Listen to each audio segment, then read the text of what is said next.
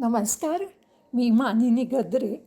चला गीतेच्या अंतरंग जाणून घ्यायचा प्रयत्न करूया. या ऑडिओची रचना आधी सांगितल्याप्रमाणे सुरुवातीला मूळ श्लोक, त्याचा मराठी अर्थ, नंतर संस्कृतचं सरळ वाक्य रूपांतर आणि त्याचा इंग्लिश अर्थ, नंतर ज्ञानेश्वरीतील माऊलींच्या ओव्यांचा मराठी सुलभ अर्थ आणि नंतर माझ्या दृष्टिकोनातून त्या श्लोकाविषयी मला काय वाटलं त्याचं विवरण. सर्वप्रथम आपण मूळ श्लोकाचा संधिविग्रह करून त्यातील प्रत्येक शब्दाचा मराठीत अर्थ पाहूया. योगसन्न्यस्त कर्माणं ज्ञानसञ्छिन्न संशयं आत्मवन्तं न कर्माणि निबध्नन्ति धनंजय.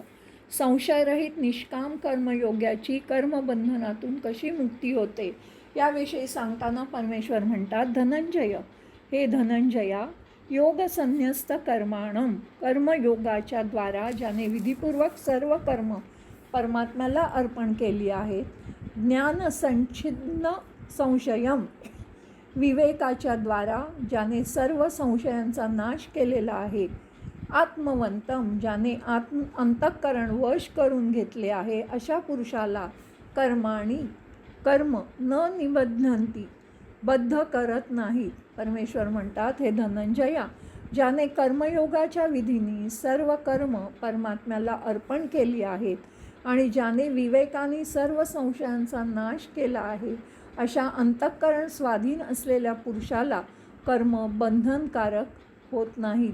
जीवनातला रडकेपणा आपण टाकला पाहिजे, कर्मावर श्रद्धा ठेवली पाहिजे आणि निधळेपणा, निर्भयपणा हा अतिशय महत्त्वाचा आहे. तस्मात् अज्ञानसंभूतं हृत्स्थं ज्ञानासीनात्मनः चित्वैनं संशयं योगम आत्तिष्ठोत्तिष्ठ भारत. निष्काम कर्मयोगामध्ये स्थित होऊन युद्ध करण्याविषयी आज्ञा करताना परमेश्वर म्हणतात, हा श्लोक आपण जोरात म्हटला पाहिजे, कारण ही परमेश्वराची आज्ञा आहे.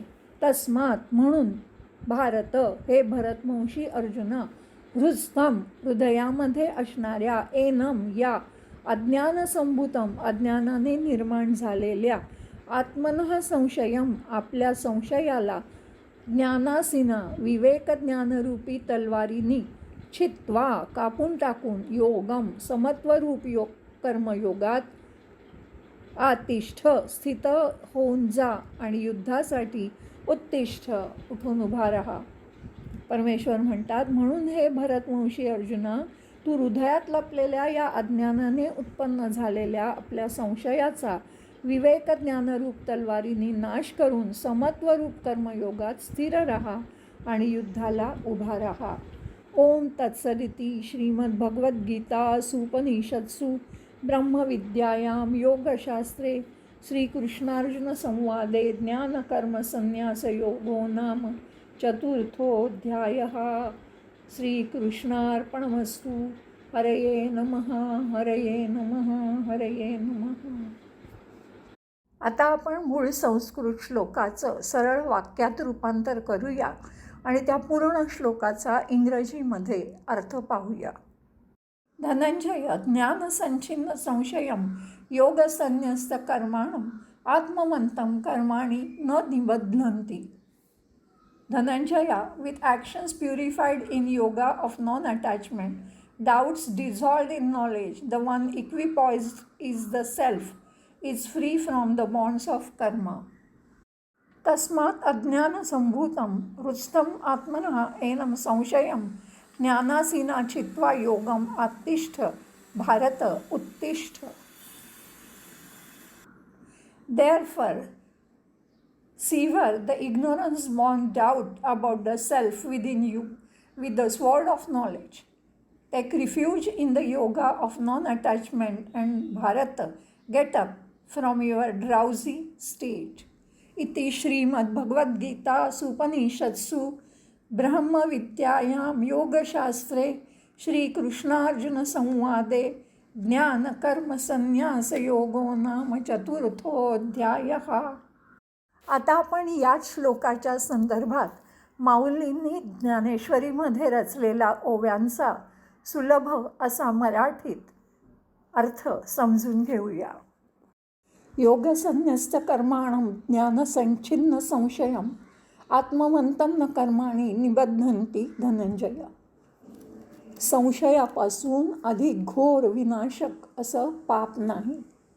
हा पाश म्हणून सगळ्यात आधी जिंकायचा असतो. जिथे ज्ञानाचा अभाव असतो तिथेच हा संशय आपला वास करतो. अज्ञानाचा जसजसा गाढ अंधार वाढतो तसतसा हा मनामध्ये संशय वाढत जातो आणि मग त्याला श्रद्धेची वाट मिळेनाशी होते. त्या घनदाट अंधारात तो वाट चुकतो. हृदयासहित त्याची बुद्धीही ह्या संशयाने ग्रासून जाते आणि त्यामुळे जणू काही सगळं लोकत्रय ह्या संशयामुळे भरून जातं. तस्मात् अज्ञानसम्भूतं हृत्स्थं ज्ञानासीनात्मनः चित्वैनं संशयं योगम् आत्तिष्ठोत्तिष्ठ भारत. इति श्रीमद्भगवद्गीतासु उपनिषत्सु ब्रह्मविद्यायां योगशास्त्रे श्रीकृष्णार्जुनसंवादे ज्ञानकर्मसन्न्यासयोगो नाम चतुर्थोऽध्यायः. अर्जुना, असा जो दांडगा घोर बळजोर असा संशय आहे तो जिंकायला एकच उपाय आहे आणि तो म्हणजे ज्ञान. ज्ञानरूपी तलवारूंनी आपण हा संपूर्ण ह्याचा नाश करू शकतो. संशयाचा निराश झाला की आपोआपच मनावरचा मळ निघून जातो आणि म्हणून तू लवकर उठ आणि तुझ्या मनामध्ये जो संशय आलेला आहे, तुझ्या मनामध्ये जी भीती आलेली आहे की माझ्या स्वजनांना कसं मारू, तो संशय तू काढून टाक आणि धैर्यवृत्तीचा स्वीकार कर. असं सर्वज्ञांचा जो बाप कृष्ण तो कृपावंत होऊन अर्जुनाला म्हणाला. संजय धृतराष्ट्राला म्हणाला, राजा, असे हे श्रीकृष्णाचे बोल पार्थाने ऐकल्यावर तो मोठा प्रश्न विचारेल की जो मागचा पुढचा संदर्भ पाहून समय जाणून त्यांनी केलेला आहे. तो कथाभाग आता सुसंगत होत जाईल आणि त्याचा भावार्थ, त्याचा कोश, रसाचा उत्कर्ष की ज्याच्यामध्ये 8ही रस ओवाळून टाकावे असा सुंदर रस पुढच्या अध्यायामध्ये प्रकट होईल. ते जणू काही जगातल्या विश्रांतीचं स्थान ठरेल.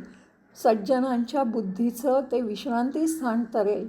असा अपूर्व शांतरस प्रकट होईल. असं जिथे असे तेव्हा तू जे महासागराहूनही गहन अर्थपूर्ण असं मराठी आहे ते तू ऐक. सूर्यबिंब लहानसं दिसलं तरी लोकत्रयाला त्याचा प्रकाश व्यापून टाकतो. तसंच ह्या बोलाची व्यापकतासुद्धा तुझ्या प्रत्ययाला येईल आणि मग जशी जशी जो इच्छा करेल ती हा कल्पवृक्ष पूर्ण करेल. तसा हा बोल व्यापक जाणावा आणि अवधान देऊन तू ऐकावा. आता काय सांगू, सगळं तू स्वभावता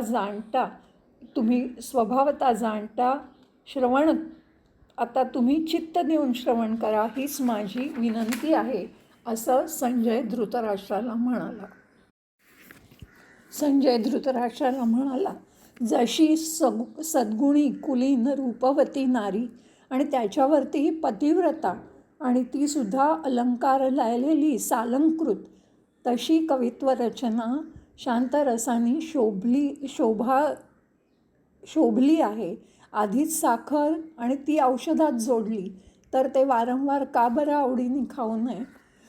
मलयाद्री पर्वतांवरून मंद सुगंधित वारा येतोय, त्याला अमृताची रुची जोडली आहे, स्वाद जोडला आहे आणि मधुर नाद दैवयोगाने त्याला जोडला गेला आहे.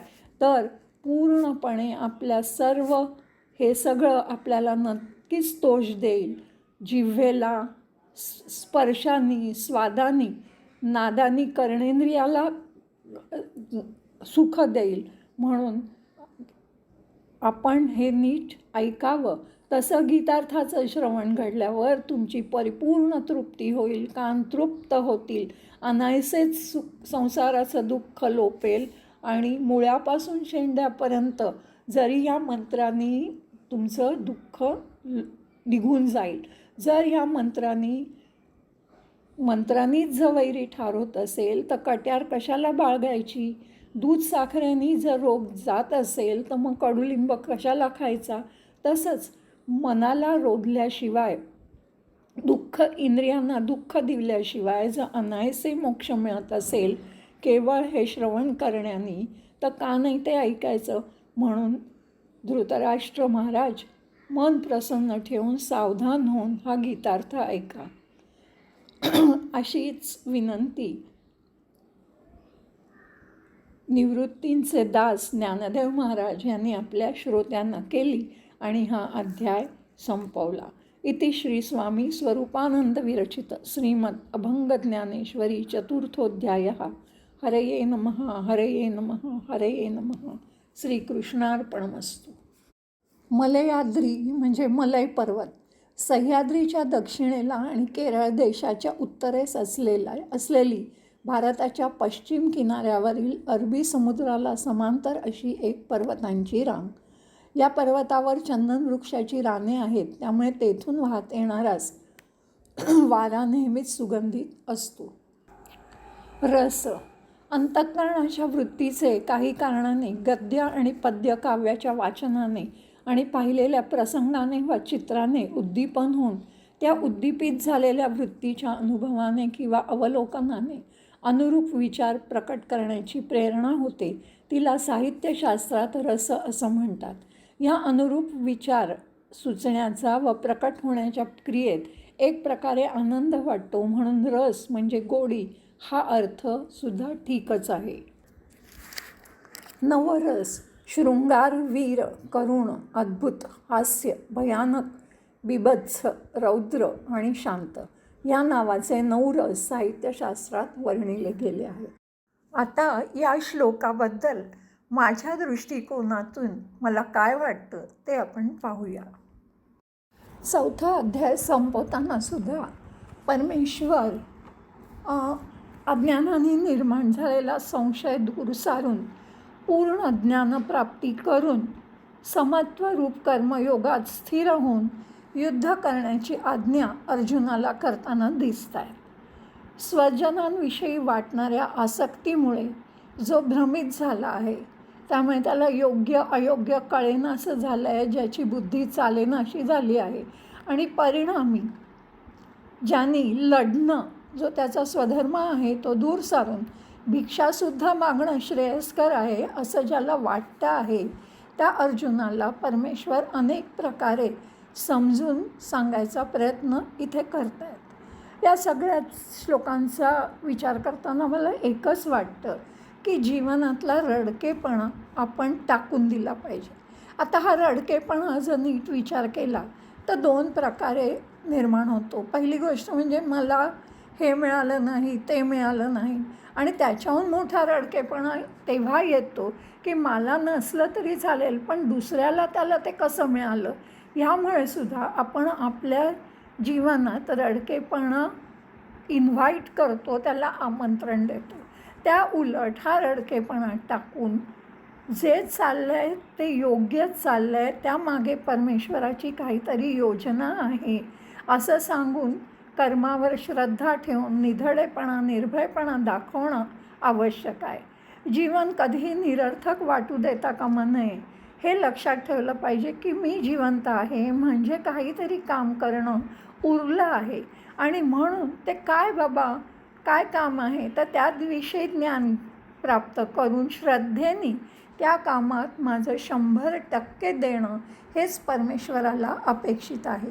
कित्येक वेळेला आपल्याला असं वाटतं की आधी संसार नीट करू, मग थकल्यावर ज्ञानप्राप्तीसाठी वेगवेगळे ग्रंथ किंवा प्रयत्न करता येईल.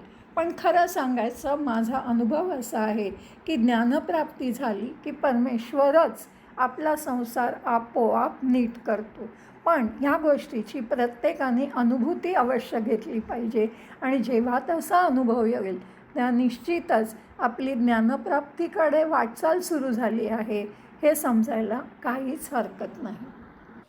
गीतार्थ जाणून घ्यायला पुन्हा भेटूया. मनःपूर्वक धन्यवाद.